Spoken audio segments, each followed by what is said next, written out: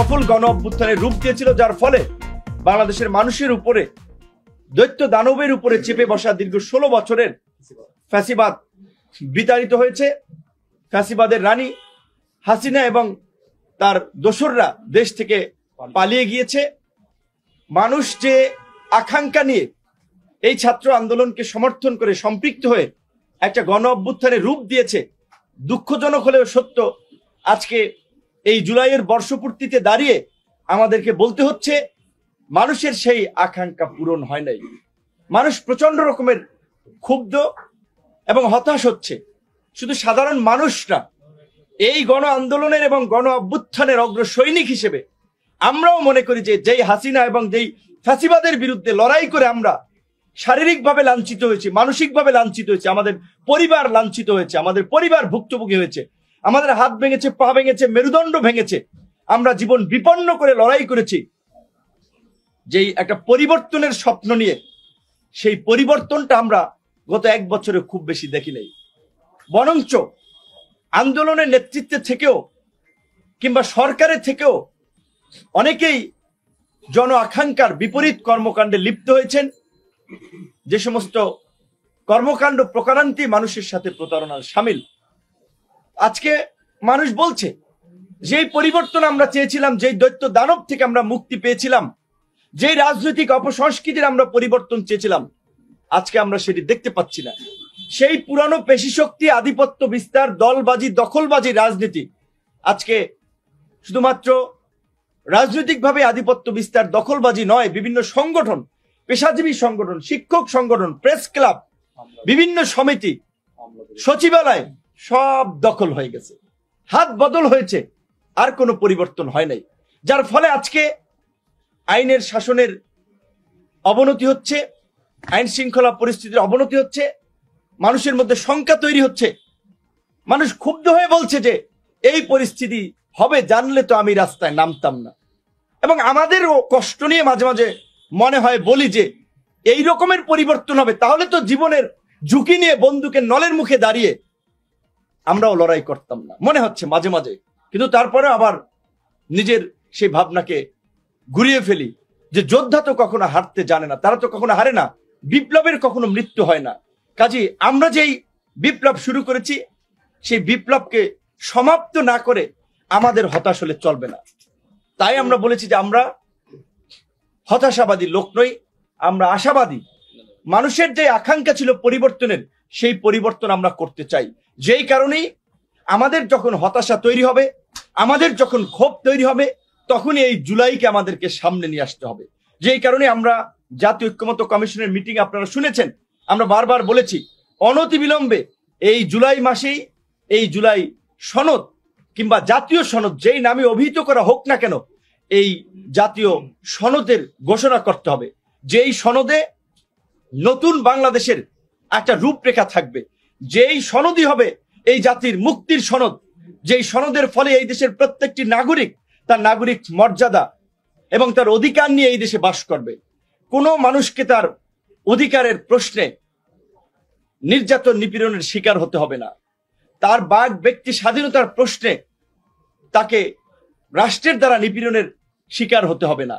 এবং যেই গণতান্ত্রিক আকাঙ্ক্ষা এবং পরিবর্তনের স্বপ্ন নিয়ে আমরা লড়াইটা করেছি, সেই গণতান্ত্রিক পরিবেশ নিশ্চিত করার জন্য রাজনৈতিক সংস্কৃতির পরিবর্তন দরকার।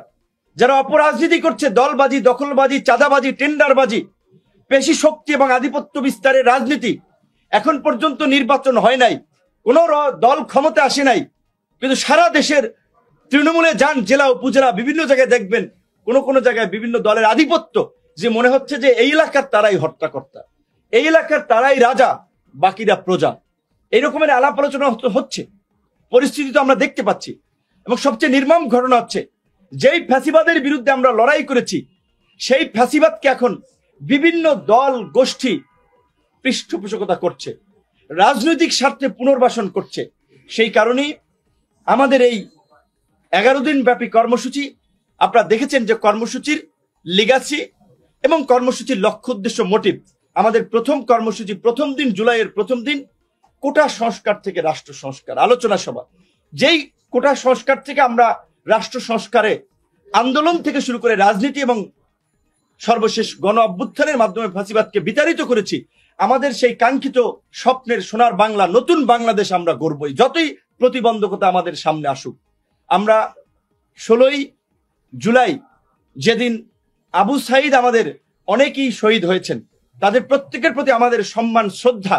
আল্লাহ পাক তাদেরকে বেহেশত নসিব করুক, যার যার ধর্ম অনুযায়ী তাদের উপরে শান্তি বর্ষিত করুক, আমরা দোয়া করি। কিন্তু এটা ভুলে গেলে চলবে না। কিছু ঘটনা আইকনিক, সিম্বলিক, আমাদেরকে ইন্সপিরেশন দেয়। আবু সাইদের মৃত্যু ছিল আমাদের সমগ্র জাতির মধ্যে একটা স্পিরিটের জায়গা।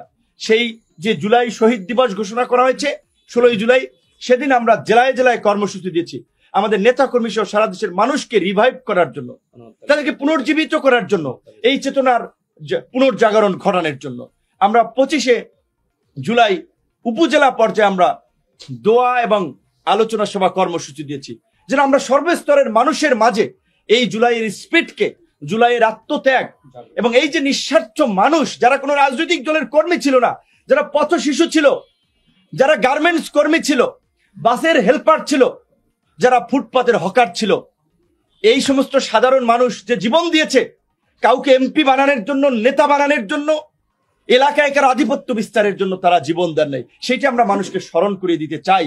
এবং 1 আগস্ট যে আমরা জাতীয় ঐক্য এবং সংহতি সমাবেশের ডাক দিয়েছি, এই সমাবেশ হবে আমাদের আরেকটি অনুপ্রেরণার জায়গা। 52 ভাষা আন্দোলন থেকে শুরু করে মুক্তিযুদ্ধ, 90-এর স্বৈরাচার বিরোধী আন্দোলন সবসময় আমাদেরকে অনুপ্রেরণা দিয়েছে। এই গণ অভ্যুত্থানেও সেই ঐতিহাসিক শহীদ মিনারে, যেখানে বিভিন্ন রাজনৈতিক দল, মত পথের মানুষেরা থাকবে। এবং যেহেতু আমাদের আন্দোলনের ফলে একটা সরকার গঠিত হয়েছে, কেউ কেউ বলেছে 8ই আগস্ট এই সরকার গঠনের মধ্যে দিয়ে কার্যত আমাদের এই বিপ্লব বেহাত বিপ্লবে পরিণত হয়েছে। সেই বেহাত বিপ্লব নাকি কার্যকর বিপ্লব, আমরা সেটার একটা মূল্যায়ন সভা করতে চাই। তাই আমরা 8ই আগস্ট আমরা এই গণ অভ্যুত্থানের প্রত্যাশা এবং প্রাপ্তি নিয়ে আমরা একটা মূল্যায়ন সভা করব। আমরা মনে করি যে এই বিপ্লব বেহাত হওয়ার পথে থাকলেও আমরা বেহাত হতে দেব না। সরকার ভুল পথে থাকলেও তাকে আমরা টেনে সঠিক পথে রাখবো। সরকারকে জন আকাঙ্ক্ষাকে প্রাধান্য দিয়েই এই জুলাইয়ের আকাঙ্ক্ষা বাস্তবায়ন করতে হবে, রাষ্ট্র সংস্কার করতে হবে। এবং যেই গণতন্ত্রের জন্য, ভোটের জন্য আমরা লড়াই সংগ্রাম করেছি, রাষ্ট্র সংস্কার, একটা নির্বাচনের জন্য নিরপেক্ষ পরিবেশ, লেভেল প্লেইং ফিল্ড, সহিষ্ণু রাজনীতির পরিবেশ তৈরি করেই তাদেরকে একটা নির্বাচনের দিকে যেতে হবে, যেন মানুষ নির্বিঘ্নে ভোট দিয়ে তাদের পছন্দের জনপ্রতিনিধি বাছাই করতে পারে। একই সাথে সরকারকে আমরা আজকের এই দিনেও আমরা স্মরণ করে দিতে চাই, মনে করে দিতে চাই, 1টি বছর হতে চলছে সরকারের উন্নয়নের কেন্দ্রবিন্দু, সরকারের শাসন ব্যবস্থার কে সুশাসন নিশ্চিত করার জন্য যেই প্রতিষ্ঠানটি সবচেয়ে বেশি ভূমিকা পালন করে, সেটি হচ্ছে আমাদের স্থানীয় সরকার। আজকে 1 বছর ধরে স্থানীয় সরকারের কোনো জনপ্রতিনিধি নাই। জাতীয় নির্বাচনের আমরা একটা রোড ম্যাপ, সম্ভাব্য তারিখ আমরা জানতে পেয়েছি। এখন পর্যন্ত স্থানীয় সরকার নিয়ে সরকারের কোনো ভাবনা নাই। স্থানীয় সরকার চলছে না, জনগণ ভোগান্তির শিকার হচ্ছে, প্রতিষ্ঠানগুলোতে বিশৃঙ্খলা দেখা দিচ্ছে। কাজেই অন্তত জাতীয় নির্বাচনের পাশাপাশি স্থানীয় নির্বাচনের একটা রোড ম্যাপ সরকারের থাকা উচিত। আমরা আশা করি এই জুলাই সনদ কিংবা জাতীয় সনদ ঘোষণার পাশাপাশি এই যে তৃণমূলের মানুষকে সেবা দেওয়ার যে প্রতিষ্ঠান স্থানীয় সরকার, এই স্থানীয় নির্বাচনের বিষয়েও সরকার একটা দিক নির্দেশনা আমাদের সামনে উপস্থাপন করবে। আপনাদের সকলকে এই জুলাই কর্মসূচিতে অংশগ্রহণের আহ্বান জানিয়ে, প্রচারের আহ্বান জানিয়ে, প্রত্যেকের জায়গা থেকে ভূমিকা রাখার আহ্বান জানিয়ে আজকের মতো সংবাদ সম্মেলন শেষ করছি। আল্লাহ।